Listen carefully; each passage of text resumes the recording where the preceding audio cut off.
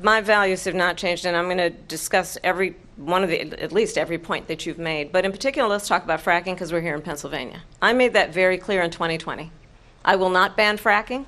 I have not banned fracking as Vice President of the United States, and in fact, I was the tie-breaking vote on the Inflation Reduction Act, which opened new leases for fracking. My position is that we have got to invest in diverse sources of energy so we reduce our reliance on foreign oil.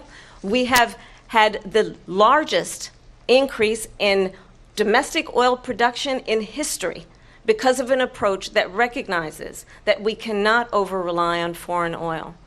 As it relates to my values, let me tell you, I grew up a middle-class kid raised by a hardworking mother who worked and saved and was able to buy our first home when I was a teenager. The values I bring to the importance of home ownership, knowing not everybody got handed $400 million on a silver platter and then filed bankruptcy 6 times, is a value that I bring to my work to say we are going to work with the private sector and home builders to increase 3 million homes, increase by 3 million homes by the end of my first term. My work that is related to having a friend when I was in high school who was sexually assaulted by her stepfather. And my focus then on protecting women and children from violent crime is based on a value that is deeply grounded in the importance of standing up for those who are most vulnerable. My work that is about protecting Social Security and Medicare is based on long-standing work that I have done, protecting seniors from scams. My values have not changed. And what is important is that there is a president who actually brings values and a perspective that is about lifting people up and not beating people down and name-calling. The true measure of the leader is the leader who actually understands the strength is not in beating people down, it's in lifting people up. I intend to be that president. And $400 million. I wish I was. My father was a Brooklyn builder, Brooklyn, Queens, and a great father, and I learned a lot from him. But I was given a fraction of that, a tiny fraction, and I built it into many, many billions of dollars, many, many billions. And when people see it, they are even surprised. So we don't have to talk about that. Fracking, she's been against it for 12 years. Defund the police, she's been against that forever. She gave all that stuff up very wrongly, very horribly, and everybody's laughing at it, okay? They're all laughing at it. She gave up at least 12 and probably 14 or 15 different policies. Like, she was big on defund the police. In Minnesota, she went out, wait a minute, I'm talking now, if you don't mind, please.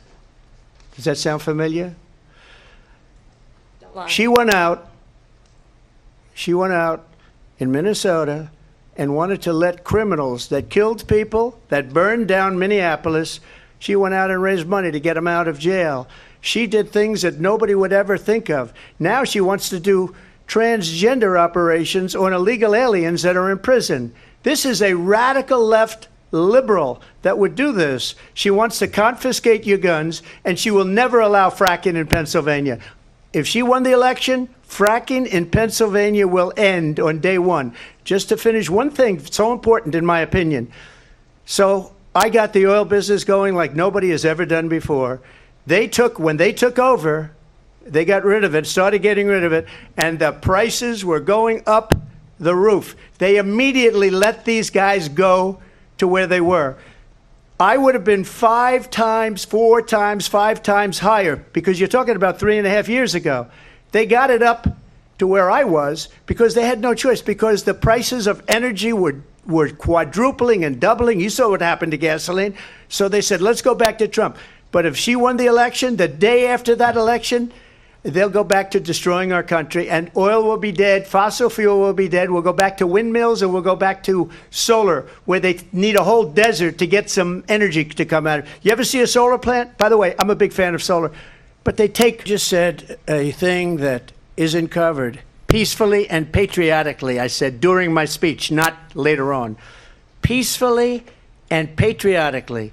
And nobody on the other side was killed. Ashley Babbitt was shot by an out-of-control police officer that should have never, ever shot her. It's a disgrace. But we didn't do this group of people that have been treated so badly. I ask, What about all the people that are pouring into our country and killing people that she allowed to pour in? She was the border czar. Remember that. She was the border czar. She doesn't want to be called the border czar because she's embarrassed by the border. In fact, she said at the beginning, "Oh, I'm surprised you're not talking about the border yet." That's because she knows what a bad job they've done. What about those people? What are they going to be prosecuted? When are these people from countries all over the world, not just South America? They're coming in from all over the world, David, all over the world.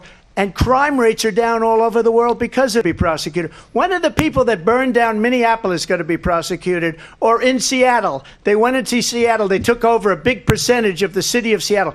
When are those people going to be prosecuted? Nothing to do with that other than they asked me to make a speech. I showed up for a speech. I said, I think it's going to be big. I went to Nancy Pelosi and the mayor of Washington, D.C., and the mayor put it back in writing, as you know. I said, you know, this is going to be a very big rally or whatever you want to call it. And again, it wasn't done by me. It was done by others. I said, I'd like to give you 10,000 National Guard or soldiers. They rejected me. Nancy Pelosi rejected me. It was just 2 weeks ago. Her daughter has a tape of her saying she is fully responsible for what happened. They want to get rid of that tape. It would have never happened if Nancy Pelosi and the mayor of Washington did their jobs.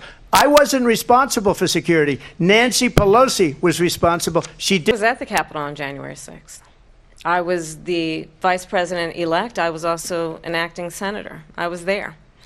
And on that day, the President of the United States incited a violent mob to attack our nation's capital, to desecrate our nation's capital. On that day, 140 law enforcement officers were injured, and some died. And understand, the former president has been indicted and impeached for exactly that reason. But this is not an isolated situation. Let's remember Charlottesville, where there was a mob of people carrying tiki torches, spewing anti-Semitic hate. And what did the president then at the time say? There were fine people on each side. Let's remember that when it came to the Proud Boys, a militia, the president said, the former president said, stand back and stand by. So for everyone watching who remembers what January 6th was, I say we don't have to go back. Let's not go back. We're not going back. It's time to turn the page.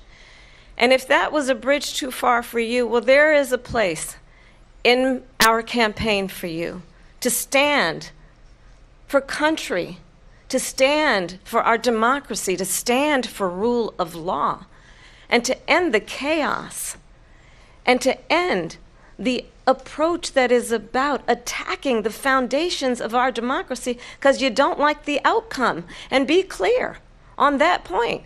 Donald Trump, the candidate, has said in this election there will be a bloodbath if this and the outcome of this election is not to his liking. Let's turn the page on this. Let's not go back. Let's chart a course for the future and not go backwards to the past. It was a term that related to energy because they have destroyed our energy business. That was where bloodbath was. Also, on Charlottesville, that story has been, as you would say, debunked. Laura Ingraham, Sean Hannity, Jesse, all of these people, they covered it. If they go an extra sentence, they will see it was perfect. It was debunked in almost every newspaper, but they still bring it up, just like they bring 2025 up. They bring all of this stuff up. I ask you this, you talk about the Capitol. Why are we allowing these millions of people to come through on the southern border? How come she's not doing anything? And I'll tell you what I would do, and I would be very proud to do it. I would say we would both leave this debate right now. I'd like to see her go down to Washington, D.C. during this debate because we're wasting a lot of time. Go down to, because she's been so bad, it's so ridiculous. Go down to Washington, D.C. and let her sign a bill to close up the border because they have the right to do it. They don't need bills. They have the right to do it. The President of the United States, you'll get him out of bed. You'll wake him up at 4 o'clock in the afternoon. Right. You'll say, come on down to the office. Let's sign a bill. If he signs a bill that the border is closed, all he has to do is say it to the Border Patrol, who are phenomenal. If they do that, the border is closed.